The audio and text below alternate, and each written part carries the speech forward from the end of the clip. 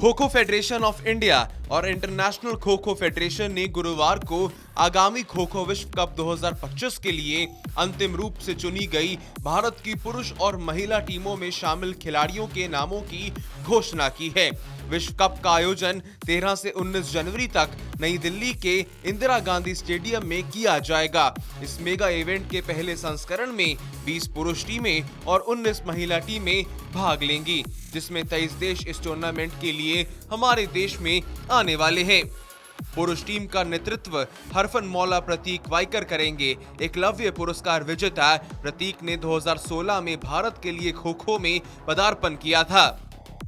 महिला टीम के लिए प्रियंका इंगले को कप्तान के रूप में चुना गया है।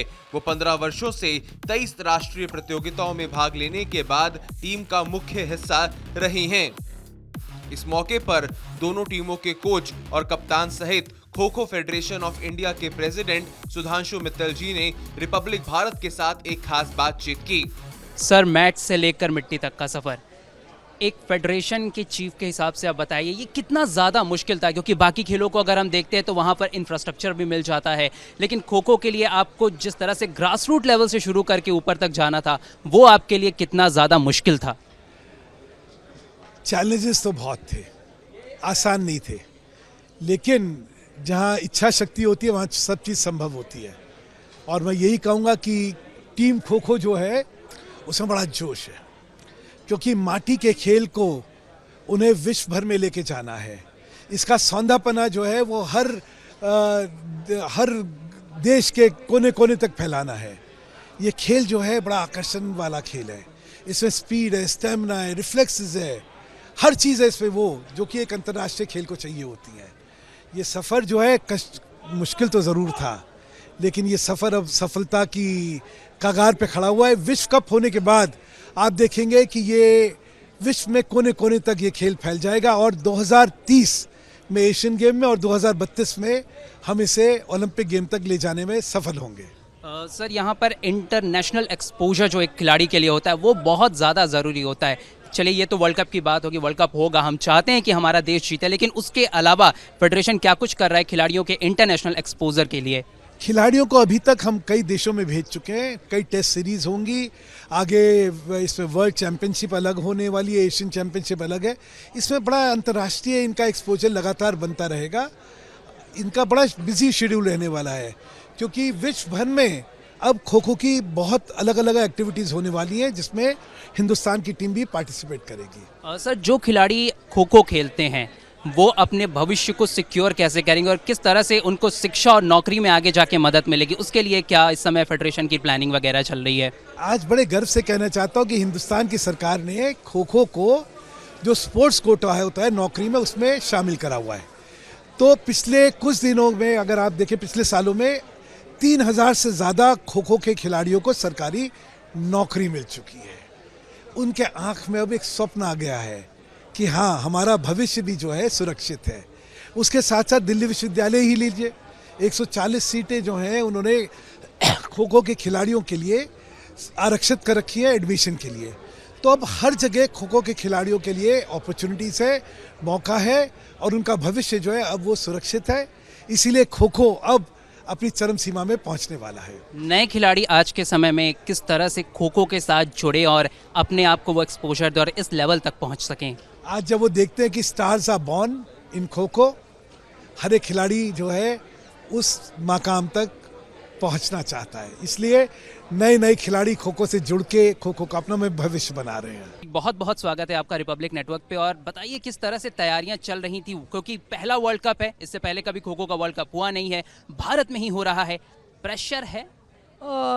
प्रेशर नहीं बोलूँगा, पर जिम्मेदारी है, रिस्पॉन्सिबिलिटी बड़ी है एज अ कैप्टन। जो फेडरेशन ने और 125 करोड़ लोगों को जो लीड करने का मौका मिल रहा है अपनी कंट्री की तरफ से, तो ये बहुत बड़ी रिस्पॉन्सिबिलिटी है, क्योंकि हमारे साथ हमारे देश का भी नाम जुड़ा है, तो ये बहुत सारी रिस्पॉन्सिबिलिटी है। तो मैं प्रेशर तो नहीं लूँगा, पर मुझे लगता है कि हम अच्छा खेल लेंगे, कोई प्रेशर नहीं रहेगा, हम फ्रीली खेलेंगे, बस एक्सप्लोर करेंगे, अंदर जाके बस खेलना है और अंदर जाके अपना पूरा परफॉर्मेंस देना है। जी बिल्कुल। और इसकी तैयारियां कैसी रही थी, क्योंकि अभी हमने देखा है कि यहाँ पे वजीर का भी नियम आ चुका है, उसको लेकर आप कितने एक्साइटेड और उस वजीर वाले नियम को लेकर कैसी प्लानिंग है टीम में, कुछ खास प्लानिंग चल रही है या नहीं, उसको कैसे यूटिलाइज करेगी टीम? यस एग्जैक्टली, एक वजीर का जो न्यू रूल है, एक्चुअली मैं न्यू नहीं बोलूँगा क्योंकि हमारी अल्टीमेट खो खो लीग में भी मैं एज अ वजीर के तौर पर खेल चुका हूँ, तो हम एक्सपीरियंस है कि वजीर को कैसे यूज करते हैं और कैसे यूज करना है।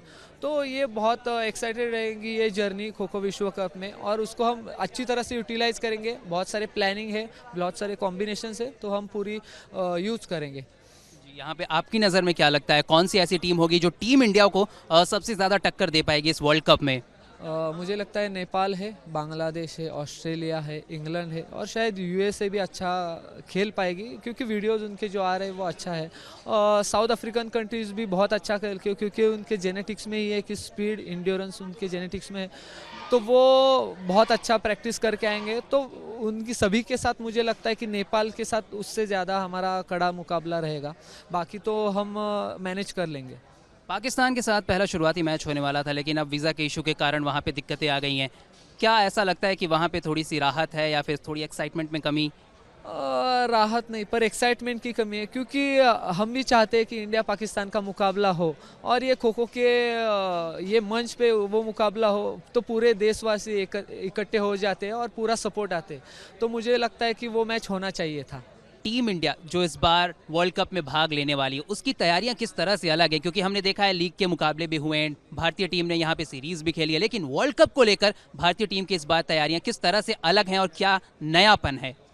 तैयारी बहुत अच्छी है। जैसा कि आप देख रहे हैं कि पिछले 1 महीने से यहाँ पर ही इसी जगह पर ही ट्रेनिंग कैंप लगा हुआ था, जिसमें कि 60 खिलाड़ी लिए गए थे। पूरे महीने भर उनकी ट्रेनिंग चली है। उसके बाद 45 खिलाड़ियों को 15 खिलाड़ियों को शॉर्ट आउट करके 45 खिलाड़ियों को कैंप चला है, और उसके अंदर हम लोगों ने उनका ओवरऑल जो डेवलपमेंट है, जिसमें कि कंडीशनिंग है, टेक्निक है, टैक्टिक्स है, सब चीज़ों का उनको मिश्रण करके और एक टीम बैलेंस टीम हमने तैयार की है, और रिजल्ट अच्छा रहेगा। हमारे जो खिलाड़ी हैं जब गांव में अपने इस खेल को शुरू करते हैं, अपने गली मोहल्ले में इस गेम को शुरू करते हैं, तो वो मिट्टी पर खेल रहे होते हैं, लेकिन यहाँ पर जो टूर्नामेंट हो रहा है वो मैट पर हो रहा है। तो खिलाड़ियों के साथ काम करते करते क्या कुछ अंतर होता है उन्हें यहाँ पे कंडीशंस को अडॉप्ट करने में? क्या कोई दिक्कत आती है मिट्टी से मैट तक जाने में? उसके लिए क्या कुछ नया किया फेडरेशन ने और बतौर कोच आपने?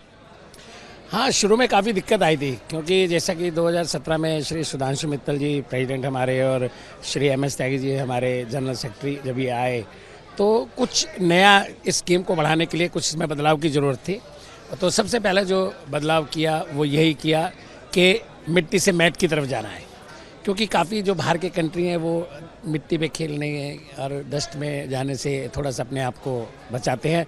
तो सबसे पहले यही बदलाव किया कि मैट पे जाया जाए। मिट्टी से मैट पे गया, उसके अंदर काफ़ी चेंजेस किए। मैट पे जैसे शुरू में आए, क्योंकि एकदम नया कंसेप्ट था, तो इंजरी भी हुई। उन सब चीज़ों को देखते हुए उसके अंदर काफ़ी चेंज किए। मैट के अंदर जैसा कि अभी सर ने भी बताया था कि मैट में काफ़ी चेंजेस लाए।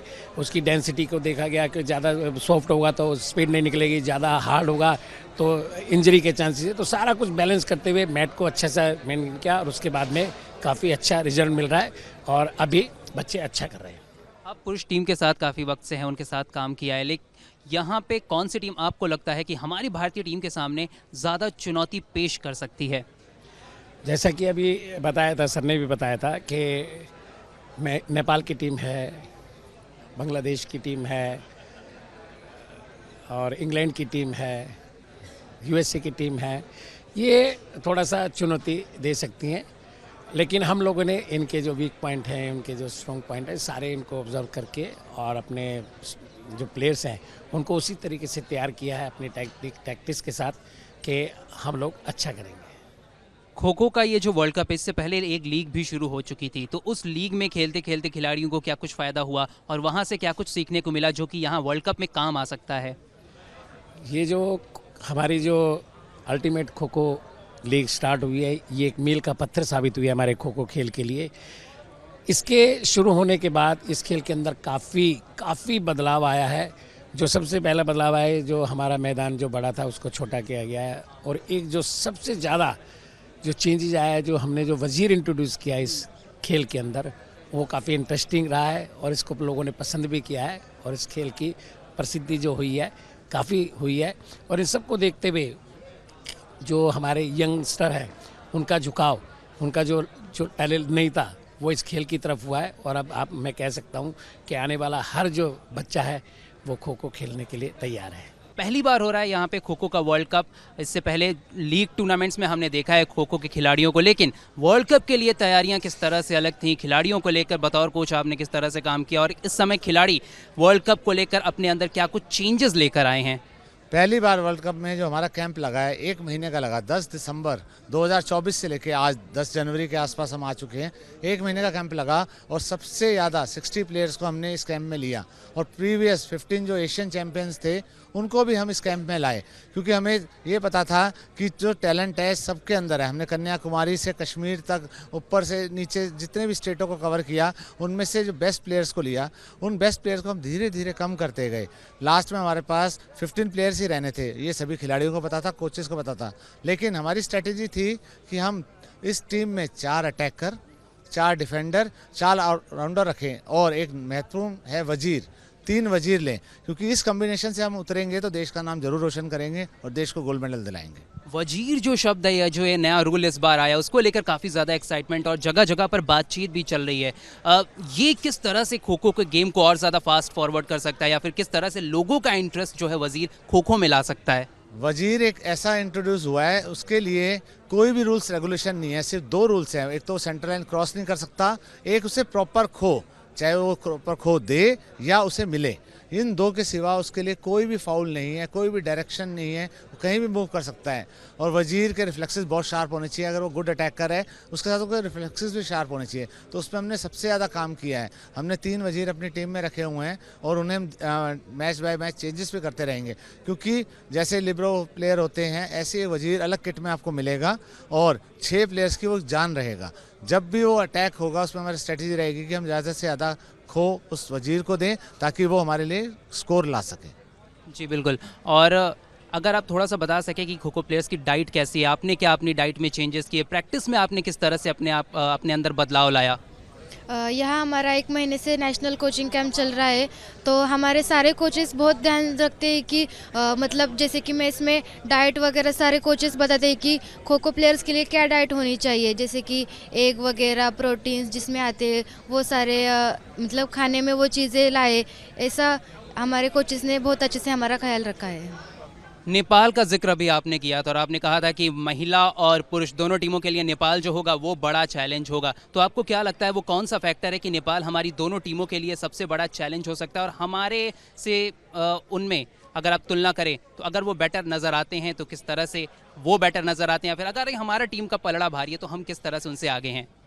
पिछला जो हमारा 4th Asian kho kho championship हुई है उसमें मैन और वुमेन दोनों को जो दावेदारी पेश करी थी वो नेपाल ने करी थी और वहाँ हमने उन्हें कई अंकों से हराया। वुमेन टीम में भी हमारा फाइनल मैच नेपाल के साथ हुआ और मैन में भी हुआ। तो मुझे ये उम्मीद है कि उनकी तैयारी भी अच्छी चल रही है, उनके कोचिंग कैंप भी अच्छे चल रहे हैं, उनकी वीडियोस हमारे पास आती हैं। और अभी हाल ही में हमारी team India Nepal test series खेलने गई थी, तो वहाँ हमें समझ आया कि इनमें जान है, क्योंकि उनके पास वजीर का कॉन्सेप्ट क्लियर है। वजीर जो हमारी शान है वही वजीर पे उनका बहुत काम चल रहा है। वो हमसे डिस्कशन भी करते हैं और हम उन्हें बताते भी हैं कि अगर आप जिस तरह से चल रहे हैं उस तरह से आपको क्या क्या चेंजेस करने हैं, क्योंकि ये हमारा भारतीय मूल का खेल है। तो हमें इसे अगर बढ़ाना है तो हमें सभी देशों को अगर सहयोग देना पड़ेगा। एज ए चीफ कोच मैं किसी भी कंट्री का बात आती है वो कुछ पूछते हैं तो उनको रूल्स बताते हैं, क्योंकि हमें पता है कि वो उन स्किल्स में जान में वो ज़्यादा है। नेपाल की जो स्ट्रेंथ है हमसे ज़्यादा है, ये उसमें कोई किंतु परंतु नहीं है, लेकिन हमारे पास स्किल है, हमारे पास कॉम्बिनेशन है, उस कॉम्बिनेशन स्किल से ही हम उनको मात देंगे। 10 दिसंबर 2024 से दिल्ली के जवाहरलाल नेहरू स्टेडियम में कठिन ट्रेनिंग कैंप के बाद टीम इंडिया का चयन किया गया है। अध्यक्ष श्री सुधांशु मित्तल और महासचिव श्री MS त्यागी के नेतृत्व में KKFI चयन समिति ने पुरुष और महिला टीमों के लिए अंतिम 15 के चयन में महत्वपूर्ण भूमिका निभाई है। अब देखना होगा 13 जनवरी से शुरू होने वाले खो खो विश्व कप में भारतीय टीम कैसा प्रदर्शन कर पाती है।